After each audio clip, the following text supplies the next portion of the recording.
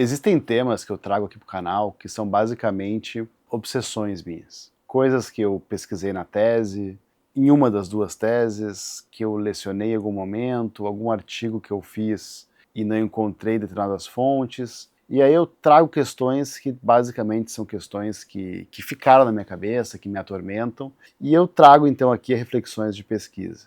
O principal ponto que eu vou trabalhar hoje é um pouco curioso, que é trabalhar a questão da origem dos fascismos no Brasil. Esse é um ponto maravilhoso, assim, muito interessante, pelo seguinte: o Stanley Payne, nesse livro aqui, A História do Fascismo 1445, ele faz o melhor apanhado que eu conheço sobre as ideias fascistas no mundo e no mundo extra-europeu. E ele coloca 5, 6, 7 partidos ou movimentos fascistas brasileiros antes do integralismo. Legião de Outubro, Legião Cearense do Trabalho, vários movimentos obscuros que tiveram então inspiração fascista na década de 20, a partir de 22 até 30, 31, talvez 32, 33, quando a AIB vira então o grande foco irradiador de ideias fascistas. Claro, nem tudo aqui é apenas uma importação de ideias italianas para o Brasil. O próprio termo integralismo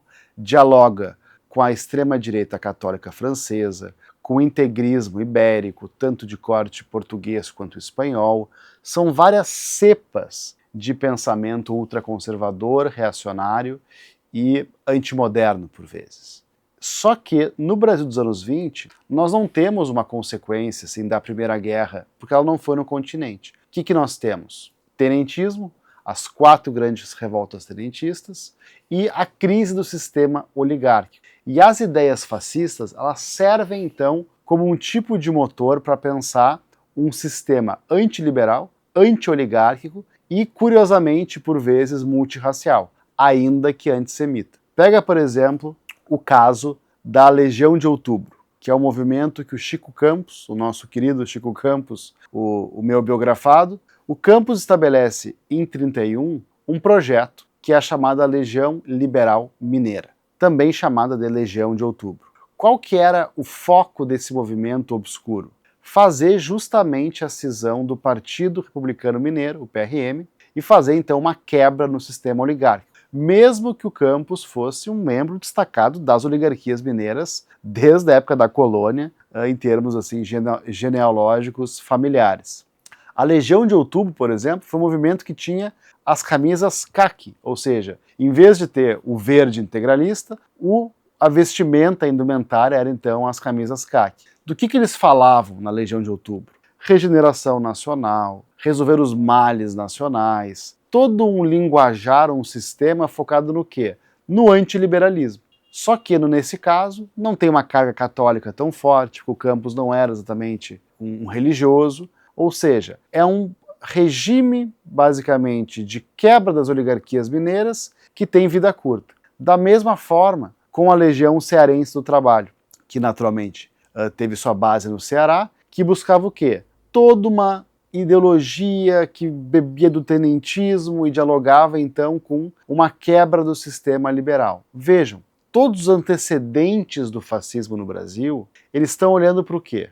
Antiliberalismo, ou seja, por um lado, anticomunismo, por outro, antiliberalismo. As alternativas que se via para a sociedade não passavam pelo parlamento, não passavam por um congresso fortalecido, pela regeneração do liberalismo, pelos valores de liberdade, etc. O ponto é, precisamos regenerar o Brasil porque as oligarquias destruíram a República, que é um ponto muito diferente se a gente olhar, por exemplo, para o fascismo na Romênia, na Hungria, em que esses países têm problemas de fronteira, têm problemas imperiais, né? São países pós-imperiais, que estão de frente para o imperialismo soviético, para o imperialismo mesmo nazista. Quer dizer, são questões que estão atiçando, de fato, uma guerra total na Europa. No Brasil e na América Latina, que não se está vivendo a um ritmo de uma guerra depois da outra, nós temos a questão do quê? Da desigualdade social, da desigualdade mesmo até cultural entre as classes sociais, ou seja, visões diferentes do Brasil entre classe, entre região.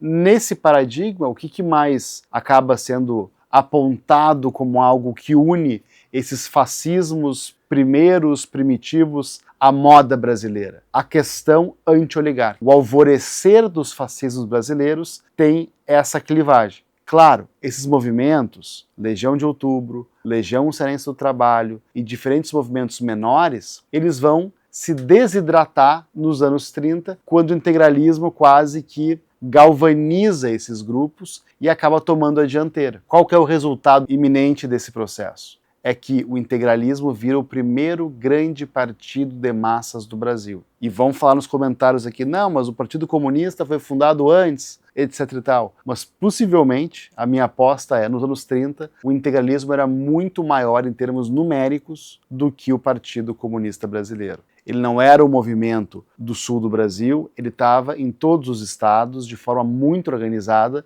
porque ele captura essa questão. O combate às oligarquias com um governo, um sistema, uma proposta de governo iliberal, que não acreditava em nada no liberalismo. Então, curiosamente, o fascismo no Brasil às vezes fala com a classe trabalhadora, por vezes com o movimento negro, inclusive. Nessa perspectiva, o próprio integralismo tinha uma ala do movimento negro, bastante destacada. Então, ela era multirracial, por um lado, e antissemita, por outro. Não tinha uma ala judaica no integralismo, tinha uma ala apenas antissemita. Então, nessas dualidades, a gente vai enxergando o quê? A coexistência de ideias fascistas no Brasil e na Europa, mas diferenças radicais de quais eram os objetivos e os valores. Porque no Brasil nós não temos um cenário de guerra total, Primeira e depois Segunda Guerra. Nós temos, obviamente, efeitos culturais, de consequências das guerras mundiais que afetam o Brasil, porque a história ela é interligada, ela é global, ela é uma só.